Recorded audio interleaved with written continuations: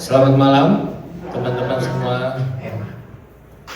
ibu dan bapak-bapak yang saya kasihin. Oke, mari kita mulai acara berarti kita ya malam ini. Mari kita tundukkan kepala, kita berdoa dulu.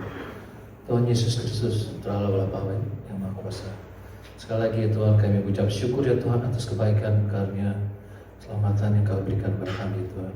Terutama kesehatan kami dan keluarga kami ya Tuhan, yang telah Kau jaga minggu-minggu ini ya Tuhan. Kami mengucap syukur, banyak terima kasih ya Tuhan. Juga terutama kami berdoa mengucap syukur karena teman kami, saudara kami Melki sudah bisa hadir di sini Tuhan. Untuk PRT lagi Tuhan, Kau sudah sembuhkan dia Tuhan. Terus ya Tuhan, Kau sembuhkan Melki Tuhan dari segala penyakitnya Tuhan.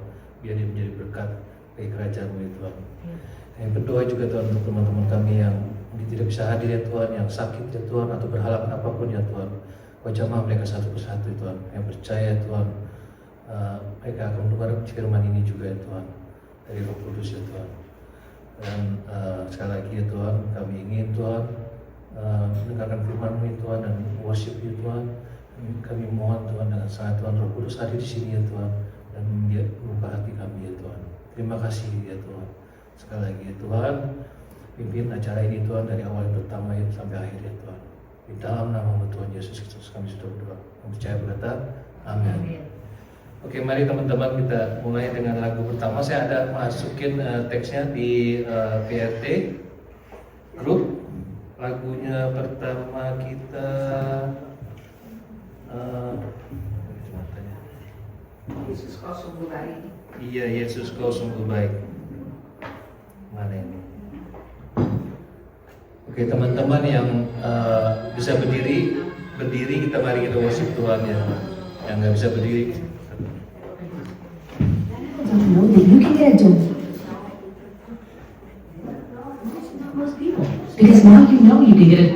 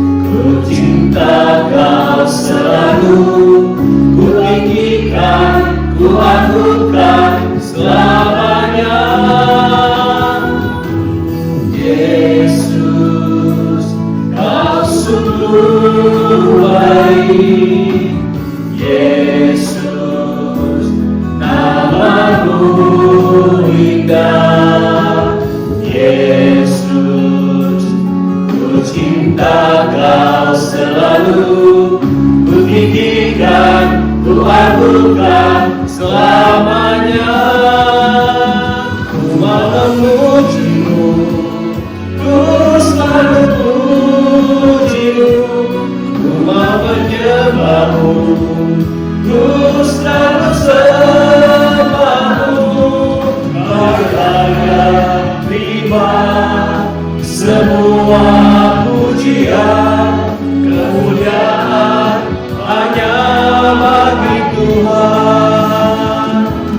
Ku mau memujimu, ku selalu pujimu, ku mau menyembahmu, ku selalu sembahmu. Layak terima semua pujian, kemuliaan hanya bagi Tuhan. Ku mau memujimu, ku selalu pujimu, ku mau menyembahmu, ku selalu sembahmu. Kau yang layak terima semua pujian, kemuliaan hanya bagi Tuhan. Ku mau memujimu, ku selalu pujimu, ku mau menyembahmu, ku selalu sembahmu. Kau yang layak terima semua pujian, kemuliaan hanya bagi Tuhan. Kemuliaan hanya bagi Tuhan.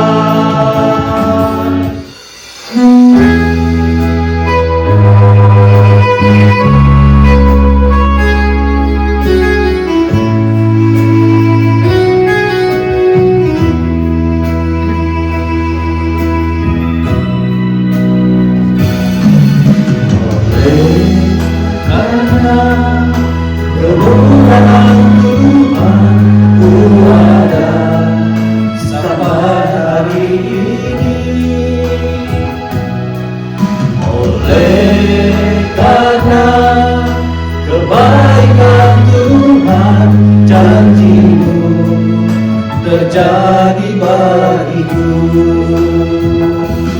ku sembah Kau Tuhan, ku mengangkat tanganku, selamanya Kau ajaib bagiku.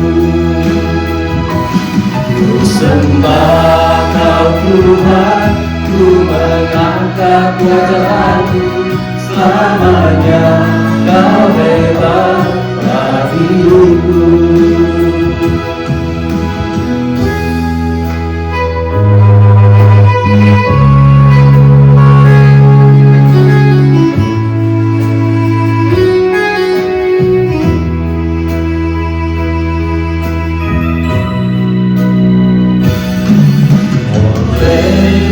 Karena kemurahan Tuhan, ku ada sampai hari ini.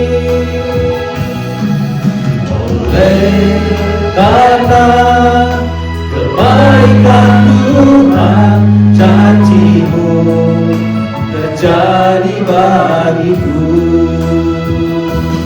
Ku sembah Kau Tuhan, ku mengangkat tanganku, selamanya Kau ajaib bagiku.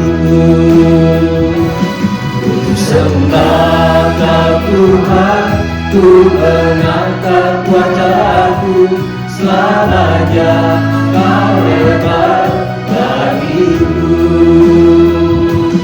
Ku sembah Kau Tuhan, ku mengangkat tanganku, selamanya Kau ajaib bagiku.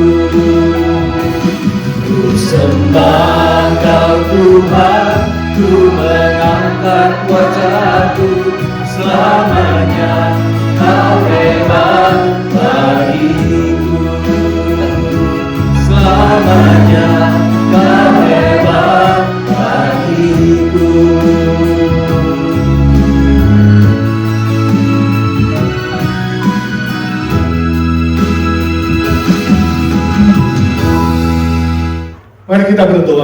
Bapa di sorga, kami mengucap syukur dan terima kasih malam ini melalui kesaksian-kesaksian dan pujian. Hati kami dihiburkan, iman kami dikuatkan, dan kami tahu Tuhan setia, tidak pernah meninggalkan pekerjaan tangan-Mu di dalam kehidupan kami masing-masing. Kami mengucap syukur dari hati kami yang paling dalam. Saat ini kami mau belajar firman-Mu, pakailah hamba-Mu yang lemah, hina, dan terbatas ini, jadikan dia saluran berkat buat kami, dan siapkan hati pikiran kami, fisik kami, mental kami, di tengah-tengah kesibukan kami, bekerja, beraktivitas malam ini masih bisa duduk di hadapan-Mu, belajar bersama-sama. Dalam nama Tuhan Yesus kami berdoa dan memohon berkat Tuhan. Amin. Saudara, hari ini kita akan pikirkan sebuah judul, yaitu malas menurut Alkitab. Saya nggak tahu saudara pernah nggak berkata, malas aduh malas atau pernah merasa bahwa tiba-tiba malas gitu, nggak pengen ngapa-ngapain. Nah, kalau saudara pernah berkata malas atau aduh gue lagi malas dan sejenisnya, saya pengen bertanya, berapa lama sekali saudara berkata begitu? Berapa sering saudara berkata begitu? Apakah tiap minggu sekali misalnya, atau jarang-jarang? Dan kenapa saudara bisa berkata begitu? Pernah gak pikirin? Ada yang mau komen, satu atau dua orang? Siapa yang pernah berkata, aduh gue males atau lagi males nih, atau aduh memang gue lagi males, sorry ya, coba angkat tangan. Ya jujur aja, wah banyak yang rajin terus nih, puji Tuhan, gak ada yang angkat tangan. Ya saya aja pernah, saudara gak pernah rasa malas? Saudara gak pernah mengatakan gue lagi males nih? Ya mungkin kadang-kadang teman, kapan? Mungkin lagi teman ajak ke gereja, gue lagi males atau ajak ke PRT di Jumat, aduh gue capek males atau ajak nonton, atau apa, waktu kapan? Atau ajak shopping, males gue sekarang udah gak mau belanja, mau mikirin dulu tadi ya. Atau ajak tour, males atau ajak olahraga, kapan? Persoalan atau konteks apa yang membuat saudara bisa berkata, aduh gue malas Kalau makan-makan ada yang malas gak cuma makan? Contoh aja sih, aduh malas makan terus nanti gue tambah bongsor. Atau saudara pernah dengar dari orang lain, misalnya anak saudara, ini tiap kali suruh bikin PR malas tiap kali ajak untuk temenin mama malas ya kan? Tapi kalau main game nggak pernah malas. Mungkin anak saudara, atau mungkin istri saudara, suami saudara, pernah nggak dengar orang lain yang sering berkata, aduh malas Nah, bagaimana saudara menghadapi orang sedemikian? Lalu bagaimana respon saudara? Kalau kamu malas, gue juga ikut malas sama-sama malas ya, suami istri ya, cuma di rumah berpuasa aja. Atau saya lihat kamu lihat saya. Meska gimana?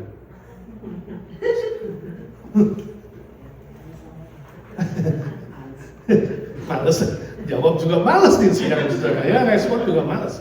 Oke, baik, itu kira-kira pertanyaan pertama. Saya ingin saudara berpikir, adalah normal bahwa setiap pribadi itu bisa mengalami rasa malas atau berkata malas, itu normal. Jadi jangan berpikir, wah ini kalau saya bilang begini nanti orang tahu saya suka malas gitu misalnya. Nomor 2, berapa banyak waktu yang saudara habiskan untuk aktivitas di bawah ini? Nah, saudara boleh sharing per hari atau per minggu, ya kan? Ini kegiatan-kegiatan yang saya coba tuliskan yang kita punya. Kalau nanti gak ada di sini kegiatan saudara boleh tambahkan di yang terakhir. Tidur. Berapa jam sehari?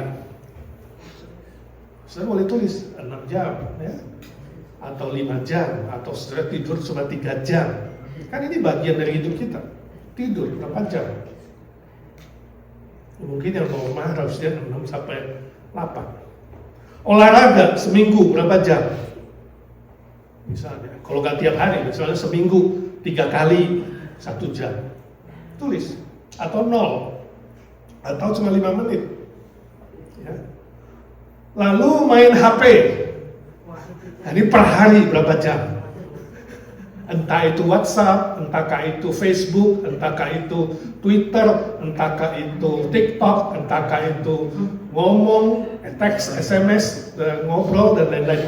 Pokoknya main HP aja. Ya, berapa jam sehari? Ya. Lalu mandi. Tiap hari mandi nggak? Ada orang tiap hari mandi, ada orang seminggu 3 kali mandi. Ada orang seminggu 2 kali. Ya kan? Pernah nggak saudara malas mandi? Misalnya, mandi berapa jam? Oh, tiap hari mandi 1 jam misalnya kalau di kamar mandi. Karena saudara sambil main HP, I don't know. Tulisin ya. Makan dan minum berapa jam sehari? Nah ini per hari karena tiap hari makan dan minum, ya kan? Mungkin sejam, mungkin jam kerja sejam, sore sejam, pagi buru-buru 5 menit, tulis. Kerja atau sekolah, kalau saudara masih sekolah berapa jam? Kerja berapa jam? 8 jam, 10 jam, 12 jam, ya, lembur bisa saja. Ngobrol, ini bisa dengan keluarga, anak, teman, istri, suami, ya, siapa aja ngobrol itu, ngomong-ngomong dengan orang lain berapa jam? Atau saudara seminggu cuma 1 kali ngobrol sama orang lain kalau ke gereja. Selama ini ngobrol sama diri sendiri bisa aja, ya. Atau saudara sekali ngobrol 2 jam, halo, ngobrol 2 jam, begitu tutup ditanya sama istri, siapa itu? Nggak tahu tuh salah sambung, salah sambung 2 jam. Misalnya ada juga yang begitu kan. Tiap orang beda-beda. Belanja, shopping, berapa jam? Entahkah ke supermarket, entahkah ke mall, ya, entahkah berapa jam? Ya, ditulis, nggak apa-apa, ini penting nanti bagi saudara untuk time management. Kerjaan rumah, ya, cuci piring, ngepel, laundry, khususnya yang pulang dari tour. Banyak laundry-nya. Lalu apa lagi? Lain-lain, ya, ada kerusakan, repair, kerjaan rumah. Ya. Hobi, saya tahu tiap orang punya hobi. Saudara hobi misalnya badminton, pingpong, itu olahraga. Ya, bisa juga misalnya hobinya apa? Ya kan? Craft, melukis, nyanyi, karaoke, ya.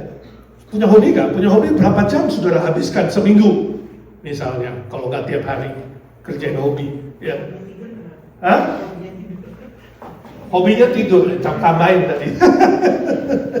Santai, ya, santai misalnya dengar musik. Ada orang santai itu apa lagi? Selain main dengar musik, apa santai kalau saudara? Ngopi, baca buku, cuci akuarium. Itu chores. Apa santai ya? Bisa aja, berapa jam? Ibadah, seminggu berapa kali? Ya, 1 kali berapa jam, atau saudara sebulan cuma sekali? Ya, kalau nggak tiap minggu, kalau tiap minggu berapa jam saudara habiskan? Ya, meditasi ini renungan pagi, baca Alkitab dan doa. Oh, bis ini renungan harian nih kita seminggu 3 kali misalnya, atau seminggu 2 kali. Berapa jam? Tulisin. Pelayanan rohani lain misalnya kayak si Yanti masak di PRT, ya kan? Lalu singers, WL, apa aja pelayanan rohani, ya kan? Ada yang penyambut tamu, ada yang pelayanan-pelayanan lainnya. Acara keluarga. Hari ini Pak Hamfri acara keluarga, mengunjungi cucu yang wisuda, ya kan? Ikutin anak atau cucu yang lagi ada acara sekolah, ya, atau acara keluarga, family kumpul-kumpul seminggu berapa kali dan lain-lain. Nah, lain-lain apa yang kita tidak sebutkan di sini, ya, saudara tuliskan. Nah, nomor 2 ini penting. Kenapa? Sebab Tuhan memberikan kita jumlah waktu yang sama. Setiap orang itu sehari 24 jam. Ya, kalau seminggu saudara tinggal kalikan. Apakah yang saudara tulis itu dalam aspek-aspek yang saya sebutkan tadi sudah cukup balance? Ini yang menjadi pertanyaan. Balance nggak? Oh, kalau tidurnya 2 jam, kerjanya 12 jam, kan ini nggak balance, misalnya contohnya. Ya. Shoppingnya 5 jam, ya kan? Tapi keluarga cuma 1 jam seminggu. Nggak balance misalnya. Saudara kurang dalam hal keluarga. Ya. Nah, ini menjadi sebuah refleksi diri, evaluasi diri, ya. Adakah faktor-faktor penggunaan waktu ini menjadi salah satu akibat daripada kemalasan tadi? Ya. Nah, ini juga bisa menjadi pertimbangan. Ya. Salah satu penyebab adalah hidup yang tidak seimbang, tidak balance, sehingga perkembangan fisik, mental, rohani, dan hal-hal lain, aspek lain dalam hidup kita itu pincang. Itu juga bisa menghasilkan kejenuhan, kemalasan, dan ketidak ada gairahan hidup. Oke? Nomor 3, menurut saudara apa artinya malas? Definisinya malas apa sih? Saudara, saya cerita suatu hari saya di seminari ini. Bayangkan seminari di train. Bangun jam 5 pagi, lalu kemudian kita duduk 1 jam meditasi, kemudian turun ke bawah persiapan makan di ruang makan, giliran kadang cuci piring, kadang persiapan meja, lalu seluruhnya makan. Itu disiplin sekali, ya. Makan pagi 15 menit langsung diangkat, makan siang paling 20 menit nggak cukup diangkat. Selesai nggak selesai, gilirannya begitu. Lalu sekolah, ibadah, pelajaran, self study, tidur siang, semua kayak militer, saudara. Begitu padatnya kegiatan bisa menimbulkan kemalasan. Boleh dibilang itu balance. Lalu tidur harus sudah di kamar jam 10 malam, lalu doa setengah jam dengan teman kamar, jam 10.30 tank, mati lampu, tuh tidur. Bangun pagi jam 5.30. Itu begitu disiplin. 7 jam tidur. Suatu hari saya malas sekali gak pengen ngapa-ngapain. Normal, manusia saya pikir nggak bisa malas, saya kan manusia terbatas, nggak ada kegairahan. Lalu apa yang saya lakukan dalam hal itu? Saya pikir, kenapa sih bisa malas? Bagaimana sih kita mengatasi ini? Lalu saya wondering, bertanya-tanya. Untuk dapat jawaban itu kemudian saya ambil konkordansi. Konkordansi itu adalah sebuah buku yang isinya kata-kata yang bisa kita cari dalam Alkitab. Jadi saya buka kata malas. Ayatnya banyak, lumayan. Ya. Jadi hari itu saya membaca semua ayat yang berhubungan dengan malas, saudara. Nah, di dalam kemalasan itu Tuhan menolong saya menghasilkan bahan PA, pemahaman Alkitab, yang cukup banyak materinya, dan malam ini kita belajar sedikit saja menjadi bahan kita, ya, untuk belajar sebenarnya apa sih definisinya malas begitu, ya. Lalu alasannya kenapa orang bisa malas?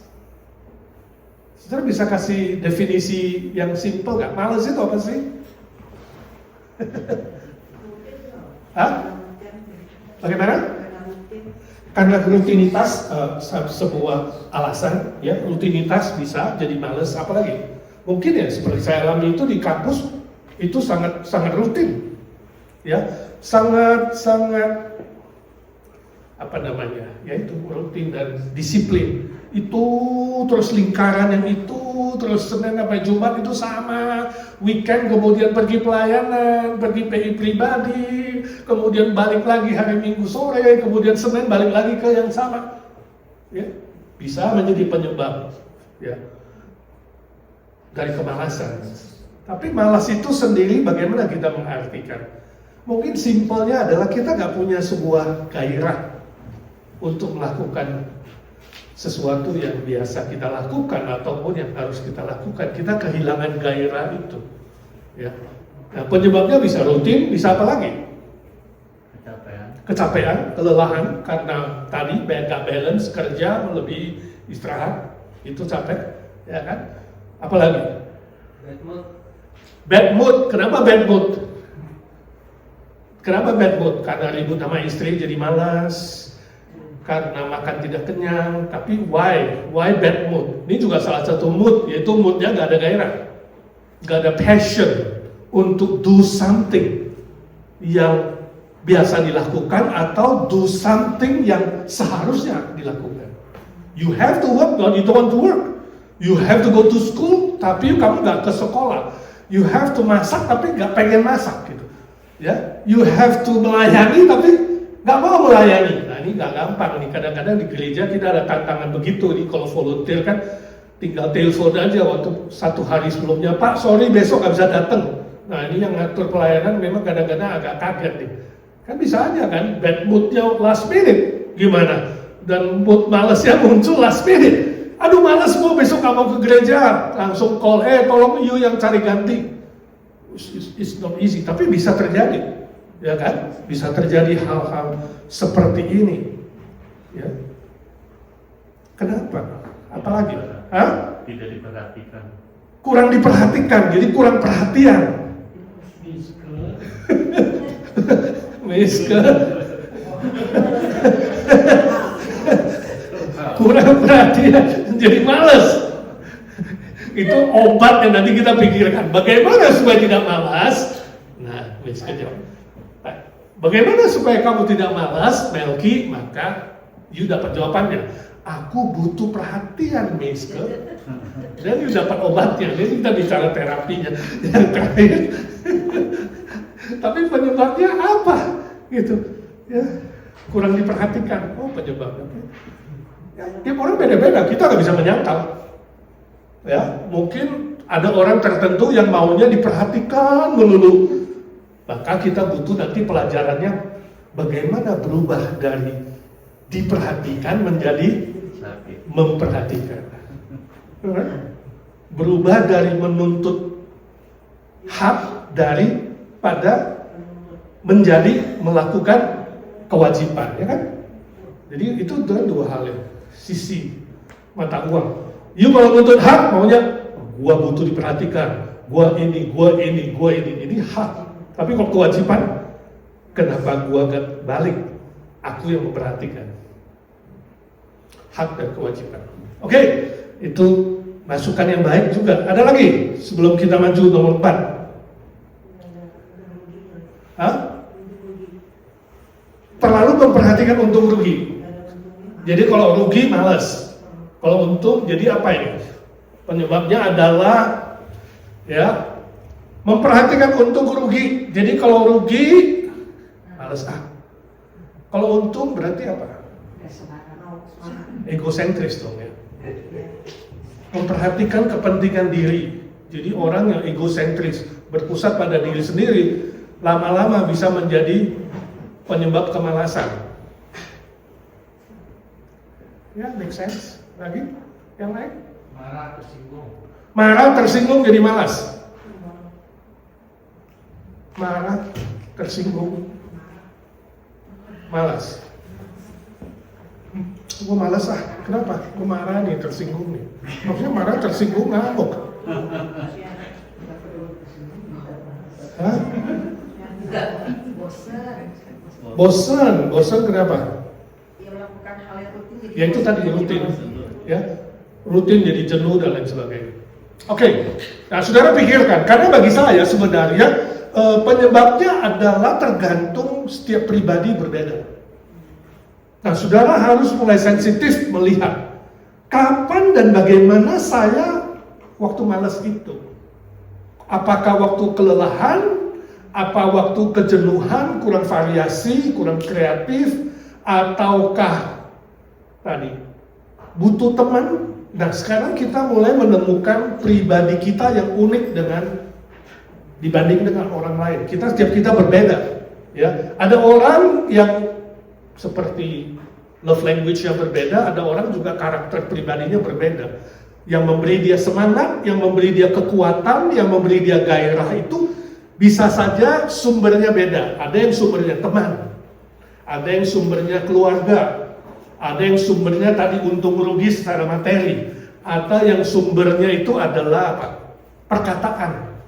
Ada yang sumbernya musik, hobi, ada yang sumbernya. Nah, saudara cek tadi, yang di atas itu saya nggak balance-nya di mana. Udah lama saya nggak hobi ya. Ini bisa buat saya semangat. Suatu kali seorang anak muda di Jakarta datang kepada saya, dia bilang, "Ko Edi, saya itu malas dan jenuh kalau memikirkan seolah-olah hidup saya gitu-gitu aja gak ada artinya." Apalagi waktu itu saya pembina komisi pemuda, kita lagi semangat-semangatnya mau penginjilan cari jiwa. Dia bilang, "Saya gak ada semangat sekali kalau bicara penginjilan." Saya bilang, "Oke lah, you gak tahu penyebabnya, saya juga gak tahu penyebabnya, tapi saya ingin ajak kamu temenin saya hari ini." Jadi saya bawa dia ke rumah sakit Husada. Kebetulan pagi itu saya mau besuk satu orang. "Ayo temenin saya." Jadi saya bawa dia ke rumah sakit Husada. Kita besuk satu orang. Setelah besuk itu orang, saya doain, dia cuma liatin saja. Lalu saya bilang, "Coba kita lihat beberapa ranjang berikutnya." Jadi saya hari itu ajak dia, selain berdoa orang saya mau kunjungi, juga saya ajak dia mengunjungi pasien-pasien lain yang kami tidak kenal. Saya lupa berapa orang yang pasti kami tanya mau didoakan dan lain sebagainya. Sepulang dari itu, dia bilang, "Nah, pekerjaan dan pelayanan seperti ini yang bisa membuat saya semangat." Jadi hari itu secara tidak sadar, dia diterapi dengan pelayanan ke rumah sakit. Dia katakan, "Ketika aku lihat orang sakit itu, saya tahu hidup manusia begitu pendek dan bisa saja pulang anytime. Jadi saya ingin memakai kesempatan terakhir itu untuk berbuat sesuatu." Lalu saya bilang sama dia, "Kalau begitu kamu tipenya adalah orang yang perlu melihat kesempatan demi kesempatan secara terakhir. Kamu coba lain kali," saya bilang, "kalau nggak kunjungi rumah sakit, coba kamu kunjungi kuburan." Ya. Jadi jalan-jalannya jangan ke mall kalau malas, tapi jalan-jalannya kemana? Ke Rose Hill atau Forest Lawn. Dan di situ mulai melihat batu nisan, ya kan? Ada yang 50 tahun, ada yang 40 tahun, ada yang 70 tahun, ada yang 90 tahun, tapi juga ada yang 17 tahun, ada 2 tahun. Kita mulai melihat hidup itu begitu singkat dan bisa saja kesempatan terakhir. Nah, ini tipe orang tertentu, ada yang begini. Ada tipe orang harus ditemani kayak Melki misalnya, dia perlu diperhatikan, diajak ke 85 degree misalnya, ngopi dulu, ngobrol, didoakan, diajak ngomong.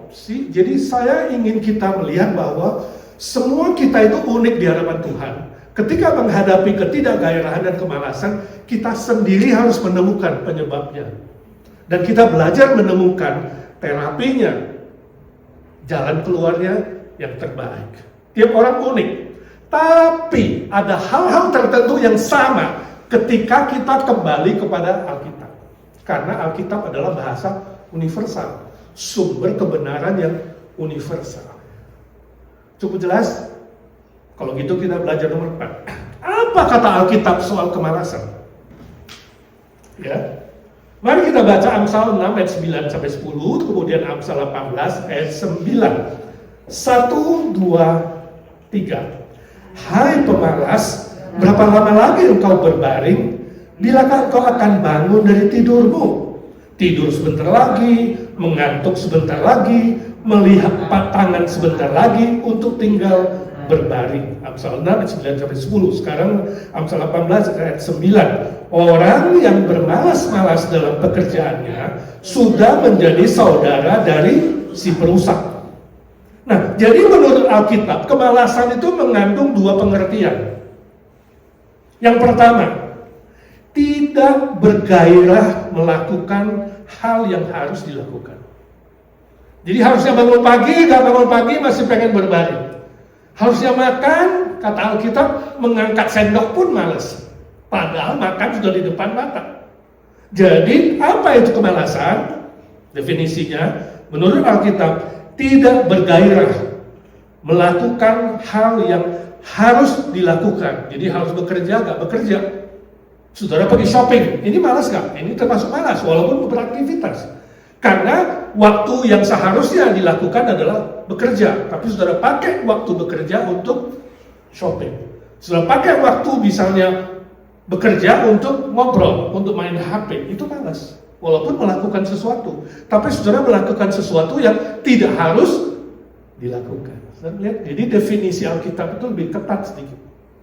Bukan hanya tidur-tiduran, you bisa melakukan sesuatu, tapi kalau kamu melakukan sesuatu yang tidak harus kamu lakukan, itu dimasukkan dalam kategori malas. Ya. Kedua, apa arti kemalasan menurut Alkitab? Membuka diri bersahabat dengan iblis. Nah, ini saudara lebih ketat lagi definisi Alkitab. Orang yang bermalas-malas itu sudah menjadi sahabat dari si perusak atau iblis.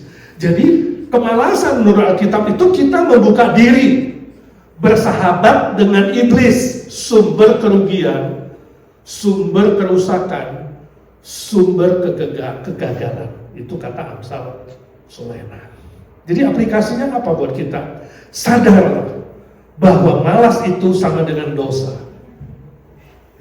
Maka saudara akan ditolong untuk mampu berdoa dan berjaga-jaga supaya tidak jatuh dalam cobaan iblis yang ingin menjatuhkan saudara. Itu yang dikatakan Tuhan Yesus dalam Matius 26 ayat 41. Berdoalah dan berjaga-jagalah supaya kamu tidak masuk jatuh dalam pencobaan, sebab roh itu penurut, daging itu lemah.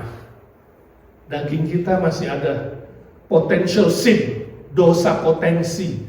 Kalau tidak hati-hati, Roh Kudus tidak memaksa kalau itu tetap mau berdosa. Roh Kudusnya menurut, tapi dia berduka di dalam kita. Jadi kita harus sadar dulu.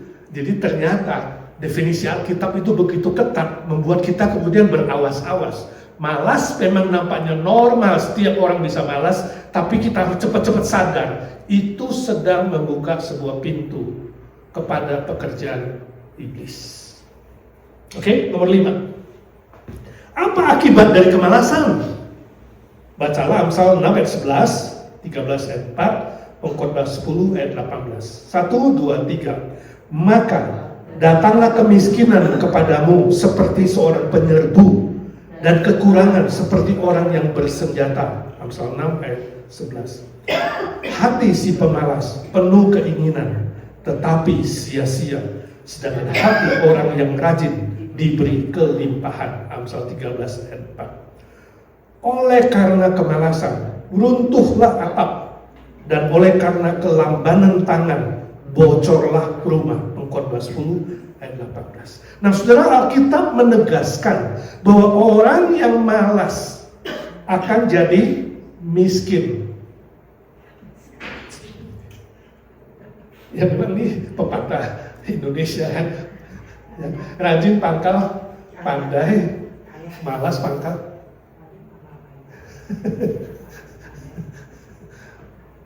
Malas pangkal bodoh ya, bukan miskin. Tapi menurut Alkitab ini miskin nih. Ya, sumber kemiskinan itu malas dan hidup yang sia-sia. Hidup yang sia-sia. Sia-sia, lu punya banyak keinginan, tapi kalau malas, nothing, sia-sia. Ya, gagal, ada kerusakan. Ya, seperti penyerbu, begitu kencang penyerbu itu menyerang hidup kita, makanya jatuh miskin, berkekurangan, seperti orang yang bersenjata, terus mau tapi gak ada. Nah, aplikasinya apa? Ya, ini hidup sia-sia. Ada lagi, selain itu akibatnya hidupnya akan merugikan atau merusak bagi diri sendiri dan juga bagi orang lain. Jadi kemalasan itu sangat berbahaya. Ya, bisa merusak diri kita, menjadi miskin, menjadi sia-sia, menjadi gagal, tapi juga bisa merusak orang lain, termasuk keluarga, termasuk teman, termasuk gereja, termasuk orang-orang di sekitar saudara akan mengalami kerugian itu dan kerusakan itu. Jadi berhati-hatilah.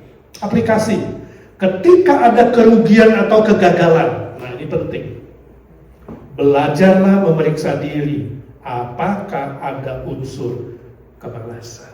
Jadi waktu saudara gagal, waktu saudara bisnis rugi, waktu mengalami banyak kesusahan, penderitaan, stres berat, depresi, pikir, ya, ini kenapa ini?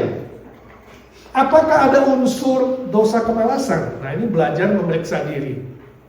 Apakah hidup saya selama ini sudah balance seperti kata firman Tuhan? Mulai periksa diri. Jadi jangan cepat-cepat blame orang lain.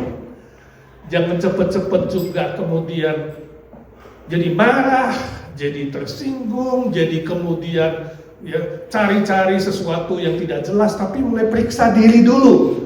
Self correction, koreksi diri, ya. Bila iya, segeralah bertobat. Katakan, Tuhan, saya minta maaf, hidup saya nggak balance ternyata. Harus kerja 8 jam, aku kerjanya cuma 2 jam. Nggak harus ngobrol, gosipin orang lain, sekarang sehari habisin 4 jam misalnya ya. Bertobat. Dan setiap pagi kalau masih diberi bangun, berarti ada hari baru, 24 jam atau 12 jam. Sebelum tidur lagi, mintalah hikmat dan kekuatan dari Tuhan. Agar saudara diberi gairah atau passion itu untuk melakukan apa yang seharusnya dilakukan. Jadi begitu bangun pagi, Tuhan kasih aku hikmat. Yakobus ayat 6 berkata, kalau kamu kurang hikmat, kurang bijaksana, minta kepada Bapa di sorga, sebab Dia memberi dengan limpah. Tuhan, terima kasih untuk hari yang baru, 12 jam ke depan sebelum saya nanti malam tidur lagi, supaya saya bisa mengelola waktuku dengan bijaksana, harus melakukan apa yang aku harus lakukan. Dan Tuhan mampukan aku, Filipi 4 ayat 13, segala perkara dapat kita tanggung, kita lakukan di dalam. Bagaimana menaklukkan atau mengalahkan kemalasan? Mari kita baca lagi Amsal 6 ayat 6-8, Efesus 5 ayat 14-17. 1, 2, 3.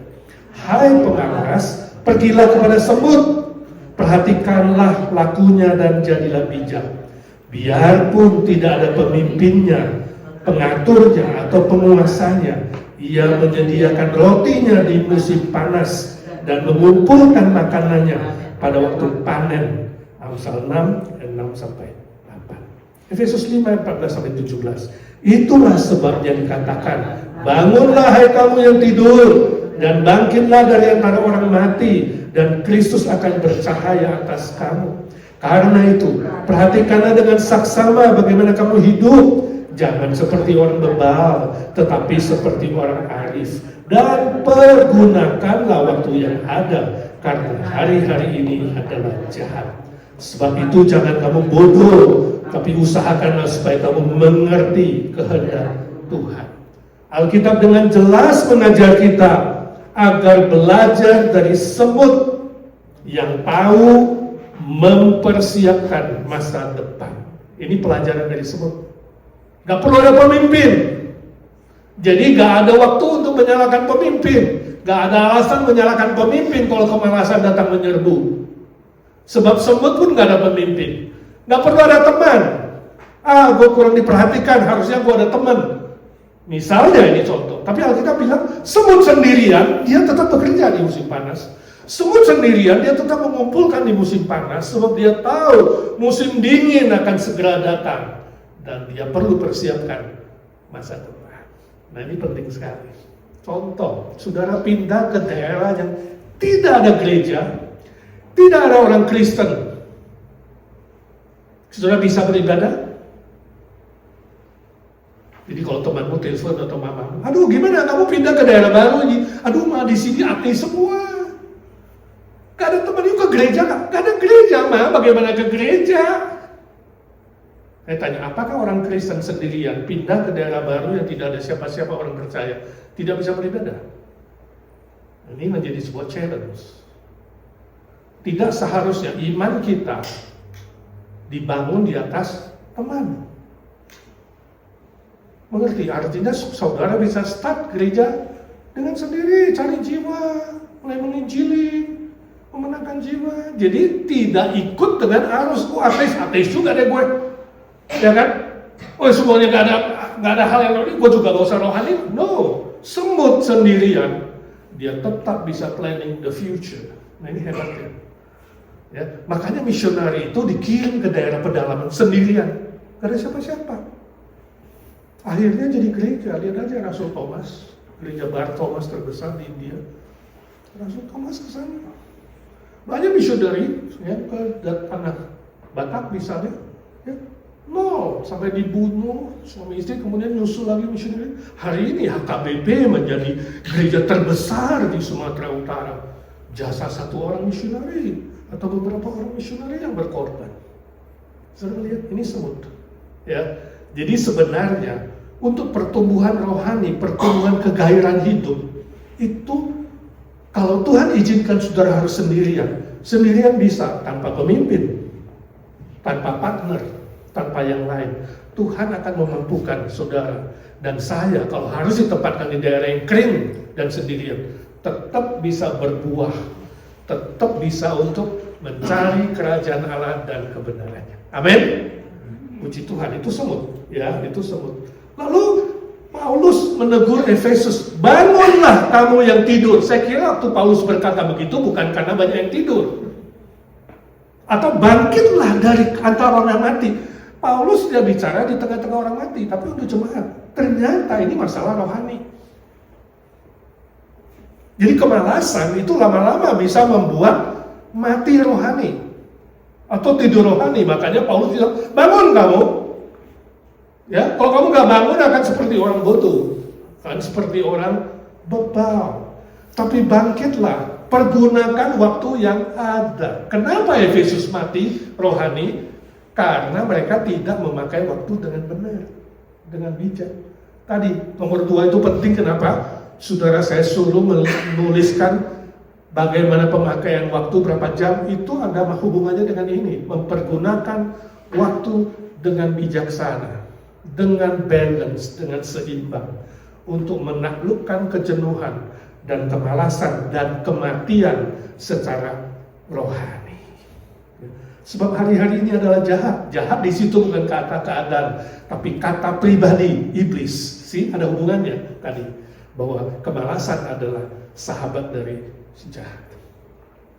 Jadi Alkitab mengajar kita untuk belajar seperti semut. Ya, tentu bukan hanya bekerja mengumpulkan emas, perak, uang untuk masa depan. Bagus kalau boleh menabung, beli rumah, beli mobil, beli yang lain. Tapi bukan hanya itu, mempersiapkan masa depan itu juga ada aspek lain. Ya, kesehatan, jasmani, relasi, rohani, spiritual, pelayanan itu juga masa depan. Jadi supaya kita balance, mempersiapkan masa depan dalam semua aspek. Ya, termasuk komunikasi yang besok kita akan belajar bersama-sama dalam enrichment seminar. Ya. Selain itu, mintalah hikmat dari Bapa di surga untuk mengatur waktu. Jadi selain mempersiapkan masa depan, kita perlu mengatur waktu dengan baik dan seimbang yang sesuai dengan kebenaran firman Tuhan. Itu tadi, pergunakanlah waktu, artinya mengatur, memanage, ya, mengelola dengan bijaksana. Apa aplikasinya? Coba pikirkan dan tuliskan. Dalam hal apa saja saudara cenderung menjadi malas?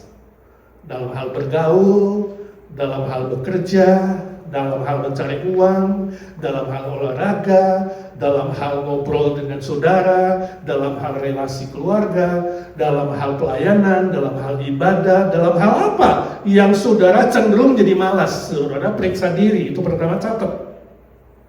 Ya. Lalu catat juga apa yang bisa saudara lakukan untuk mengatasinya. Oh, saya butuh teman, oh saya butuh konselor, oh saya butuh musik. Saudara catat apa kira-kira yang bisa tadi, ya, seperti contoh saya ngajak anak muda visitasi ke rumah sakit. Mungkin saudara perlu kunjungan ke rumah sakit, kunjungan ke kuburan, ya kan?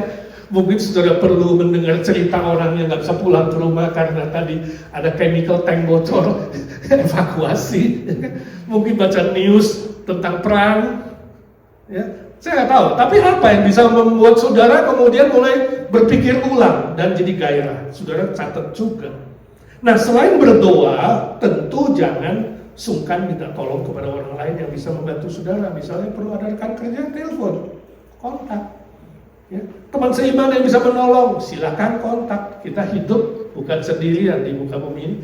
Kita bisa mencari banyak lifeline, sumber yang menolong. Konselor misalnya. Ya, bandingkan Galatia 6 ayat 2 apa? bertolong-tolonglah kamu, ya, satu dengan yang lain untuk menanggulangi beban dalam hidup ini. Jadi saya harap pelajaran ini membangkitkan gairah kita kembali. Ya, sama seperti yang saya alami di seminari, dari kemalasan, dari tidak punya gairah, akhirnya saya dapat pelajaran baru dan membangun saya. Tuhan pakai itu, cara itu dengan membaca konkordansi, ya, dengan menuliskan bahan-bahan PA, saya kemudian diingatkan lagi. Jadi kalau sekarang kemalasan datang menyerang, saya terpikir masa saya di kampus dan saya bangkit lagi. Termasuk PA hari ini, ya, berapa minggu ini saya juga mengalami pelayanan yang cukup padat dan juga pekerjaan yang cukup, persiapan yang cukup padat. Ya, saya merasa ada kemalasan mulai menyerang.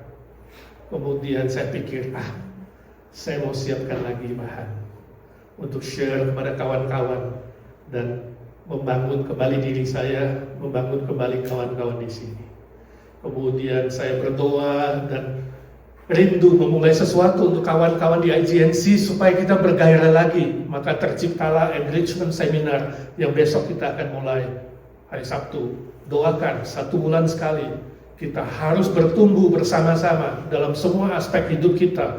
Sebab pekerjaan permuritan bukan hanya doa dan baca firman, tapi permuritan itu mencakup semua aspek hidup kita, sehingga kita menjadi orang Kristen yang efektif dan produktif, berbuah lebat bagi kerajaan Tuhan. Amin. Siap seminar besok? Datang jam 10. Jam 12 kita selesai lunch, kemudian kita bertumbuh bersama-sama. Doakan saudara, kalau setiap bulan diberi panjang umur, katakan, Tuhan beri aku kesehatan, panjang umur. Setiap bulan Tuhan, salah satu Sabtu saya persembahkan untuk Tuhan dan untuk membangun diri saya. Enrichment Seminar. Sama-sama katakan, enrichment seminar. Kita memperkaya hidup kita dalam semua aspek. Mari kita berdoa. Bapa di sorga, kami mengucap syukur dan terima kasih sebab melalui firman Tuhan kami mendapat jawaban, kami mendapat kekuatan, kami mendapatkan insight yang baru untuk menanggulangi setiap hal yang akan dipakai oleh iblis untuk menyerang iman kami dan menjatuhkan hidup kami. Biarlah pelajaran malam ini membangun kami, membuat kami lebih bergairah dan memegang teguh firman Tuhan, memanage waktu yang Tuhan berikan kepada kami untuk hidup bergairah dalam semua aspek, jasmani, mental, rohani, relasi, pelayanan, dan lain-lainnya Tuhan. Kami doakan rencana enrichment seminar setiap bulan.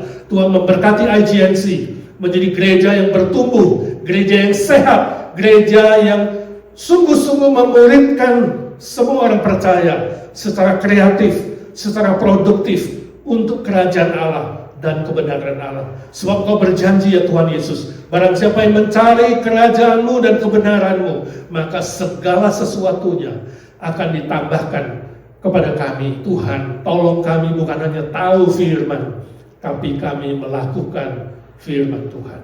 Dalam nama Tuhan Yesus kami berdoa dan memohon berkat Tuhan. Amin. Mari kita berdoa syafaat bersama-sama. Bapa di sorga, kami mengucap syukur dan terima kasih. Di akhir pelajaran hari ini kami boleh berdoa syafaat bersama-sama. Terima kasih ya Tuhan, sebab ketika kami sehat, kami kuat, kami boleh mendoakan mereka yang membutuhkan. Biarlah pelayanan ini menjadi pegangan kami. Hidup kami berarti untuk orang lain. Kami ingin mendukung sahabat-sahabat kami, teman-teman kami, mengangkat nama mereka ke hadapan Tuhan. Kami ingin berdoa untuk jemaat Tuhan, yang kalau sebagian ada yang malas dalam aspek apapun ya Tuhan, berilah kesadaran supaya boleh kembali lagi, beri hikmat untuk manage waktu, berikan juga kekuatan dari Tuhan sehingga mampu melakukan hal-hal yang efektif dan produktif. Kami bersyukur untuk Meiske dan Melki yang sudah kembali ke tengah-tengah kami. Tuhan memberkati kesehatan Melki secara sempurna, siapkan dia sebuah pekerjaan yang dibutuhkan Tuhan. Kami mengangkat dia ke hadapan-Mu Tuhan, Engkau sendiri yang menurunkan berkat-Mu dan belas kasihan-Mu. Kami berdoa untuk Anissa, anak dari Mbak Tuti. Tuhan beri dia pemulihan dari operasi tangan dan kaki karena eksiden. Sempurnakan kesehatan dia dan beri dia iman, anugerah iman untuk percaya kepada Tuhan Yesus sebagai juru selamatnya. Kami doakan Bu Nina Panginda untuk pemulihan surgery dan persiapan surgery bladder Oktober yang akan datang. Tuhan siapkan fisik, mental, dan rohani. Kami doakan Ibu Evi Tamarindang, Anton Warau, dan Pak Hari yang terus berjuang melawan kanker dalam tubuh mereka, khususnya Pak Hari yang akan mulai kemo lagi pada tanggal 3 Juni yang akan datang. Ya Tuhan, beri dia kekuatan untuk menanggulangi dengan sebaik-baiknya. Kami doakan Ci Sylvia So dalam proses pemulihannya. Tuhan jamah dia tumpahkan tangan-Mu, juga Pak Humphrey yang terus mendampingi dan menemani dengan sabar. Ci Anne untuk pemulihan matanya. Arthur Palar, remaja kami, ya Tuhan, mohon belas kasihan-Mu, berilah dia kesembuhan sempurna ya Tuhan, agar hidupnya boleh lebih efektif, bisa sekolah Alkitab, bisa jadi berkat untuk keluarga, untuk banyak orang lain. Kami doakan Charlie dan Noah dalam proses kesembuhan mereka. Tuhan curahkan mujizat-Mu. Juga anggota jemaat lain kalau ada yang sakit lemah tubuh, Tuhan tahu satu persatu. Tuhan Engkau sendiri yang menyembuhkan dengan kuasa-Mu dan bilur-bilur-Mu. Kami ingat Victor, anaknya Ci Sandy. Tuhan tolong dia punya hati yang takut akan Tuhan, boleh kembali kepada kebenaran-Mu dan boleh beribadah bersama-sama di gereja Tuhan. Kami doakan semua senior kami ya Tuhan, Om Paul Wardana, beri dia kesehatan, beri dia sukacita, kekuatan untuk terus menjadi berkat di Evergreen. Senior-senior kami ya Tuhan, Tante Lucy, Tante Isha, Tante Aiwati, Tante Sumi, Tante Nelly, Ci Irene, Ci Rostin, Ci Eti, dan senior-senior lain. Kami tidak bosan-bosan menyebut nama mereka. Pak Indra dan Ci Olin yang ada dalam liburan, Tuhan sertai satu persatu. Tuhan temani satu persatu jadi sahabat yang terbaik. Tuhan tolong anak mantu cucu, hormat orang tua, takut akan Tuhan, dan setia memelihara orang tua dengan penuh cinta kasih. Kami doakan seluruh pelayanan IGNC ya Tuhan. Seluruh aktivis majelis boleh kompak melayani dengan motivasi yang murni mengasihi Tuhan, dengan tujuan murni menjadi kemuliaan bagi Bapa di sorga, dengan cara yang murni dan baik dan benar sesuai dengan firman-Mu. Tetap bergairah dan bersemangat, ada passion, bertumbuh sehat. Acara enrichment seminar besok Tuhan memberkati setiap peserta, juga program penginjilan, program diakonia dan permuritan. Tuhan jadikan gereja-Mu gereja yang berdoa, yang saling mengasihi, yang berbuah bagi kerajaan-Mu. Kami doakan seluruh pelayanan di Komisi Wanita, Komisi Evergreen, Sunday School, anak-anak dan youth. Tuhan membantu dan menolong semua koordinator, semua guru-guru yang mengajar. Terima kasih Tuhan, terima kasih. Engkau yang memulai pekerjaan-Mu, Engkau berjanji meneruskan dan menggenapinya. Berkati Indonesia ya Tuhan, negara kami tercinta, supaya ada kestabilan politik, keamanan, ekonomi, kerukunan beragama, dan semua aspek lainnya. Tolong pemerintah lebih tanggap, melayani dengan tanggung jawab moral yang tinggi, takut akan Tuhan demi kesejahteraan rakyat. Tuhan tolong Amerika juga pun ada kestabilan politik, ekonomi, kebijakan imigrasi khususnya. Banyak kawan-kawan yang membutuhkan jamahan dan mujizat baru. Tuhan tolong supaya suatu hari ada pemutihan atau ada cara Tuhan, mujizat Tuhan, sehingga kawan-kawan kami boleh bekerja dan boleh bersama-sama memberi sumbangsi juga di Amerika dan boleh terus melayani pekerjaan Tuhan di sini. Tolong Amerika ada kebangunan rohani dan moral ya Tuhan. Ada pertobatan dari kaum liberal, supaya gereja-gereja Tuhan yang liberal boleh bertobat dan kembali kepada kebenaran firman. Tuhan memberikan hikmat kepada Trump dan seluruh kabinet, boleh memimpin dengan baik, mengelola pemerintah dengan baik. Perang Amerika melawan Iran bisa secepatnya diselesaikan dengan baik demi keadilan dan kebenaran Tuhan. Kami doakan semua misionari, semua orang Kristen yang mengabarkan Injil, yang ada di desa, di kota, di pedalaman. Seluruh cara yang dilakukan melalui media massa, melalui literatur, melalui radio, televisi, dan semua cara lain, Tuhan memberkati supaya jiwa-jiwa bisa dimenangkan, khususnya mereka yang di negara yang sulit ya Tuhan, yang melawan firman-Mu, yang anti kekristenan. Tuhan lindungi nyawa hamba-hamba-Mu dan anak-anak-Mu.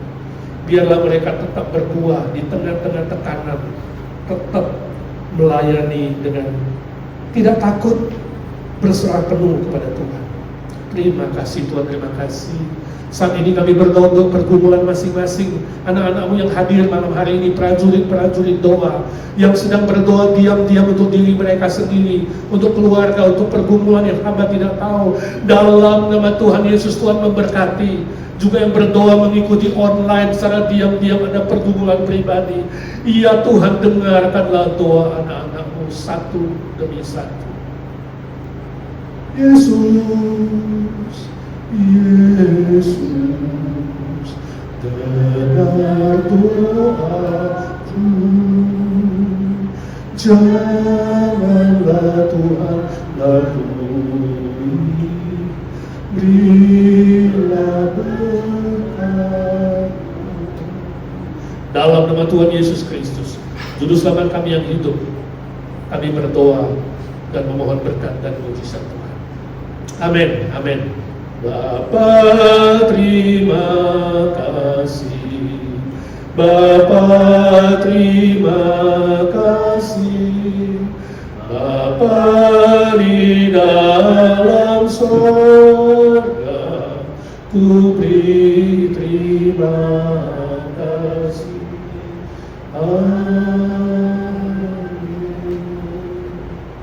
Amin. Saudara, hari Minggu tetap ada ibadah live di gereja. Tema kita adalah kasih tidak berkesudahan. Datang dan ajak jiwa-jiwa baru